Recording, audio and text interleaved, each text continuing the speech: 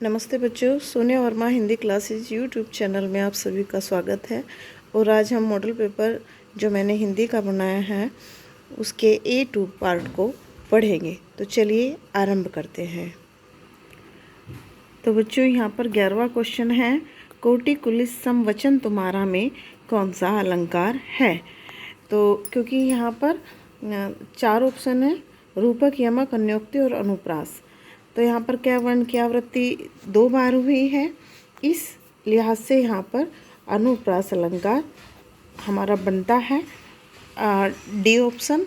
किंतु यदि यहाँ पर उपमा भी विकल्प में होता तो सम शब्द होने के कारण यहाँ उपमा भी हमारा अलंकार बनता। तो आप यकीन के साथ आगे बढ़ें और ये याद रखें कि विकल्प हमारे बिल्कुल सही होने चाहिए चुनाव करते समय।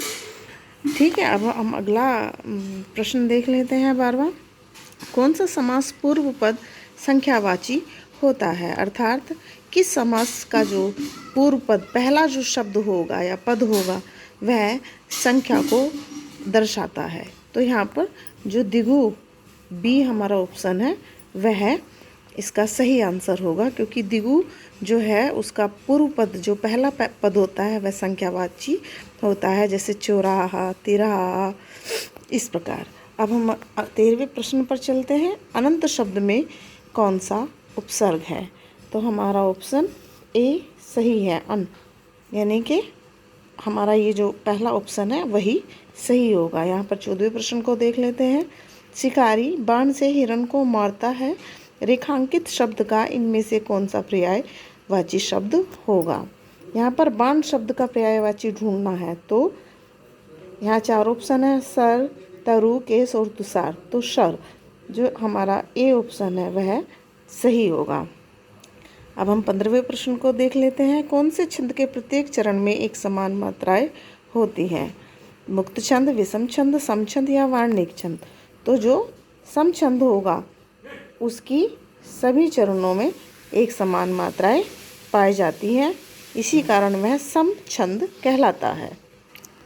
16वें प्रश्न को देख लेते हैं और यह इस प्रकार से है। शीस पर गंगा हंसई भुजिंगनी भुजंगा हंसे, हास को ही दंगा वयो नंगा के विवाह में।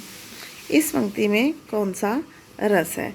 तो आप देख रहे होंगे कि यहाँ पर शीस पर भी, यानी कि जिसके सिर पर गंगा हंस रही हो और सांप और नागिन हंस रही हो और हास होने पर ही दंगा हो गया हो, तो नंगा यहाँ शिव के लिए कहा गया है।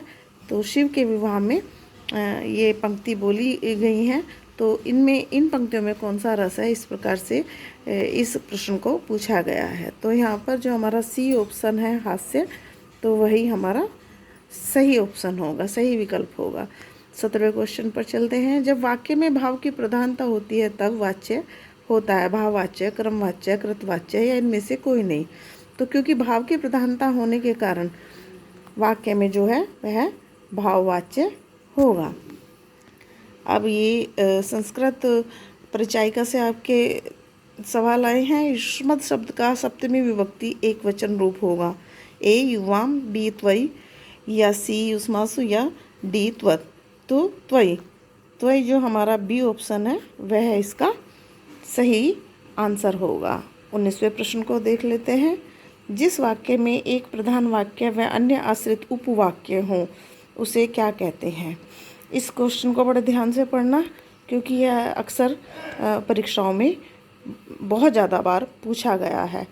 तो हम संयुक्त वाक्य, कुटिल वाक्य, मिश्र वाक्य या सरल वाक्य। तो सी जो हमारा ऑप्शन है मिश्र वाक्य, ये हमारा क्योंकि मिला हुआ वाक्य माना जाता है तो उसे मिश्र वाक्य कहते हैं।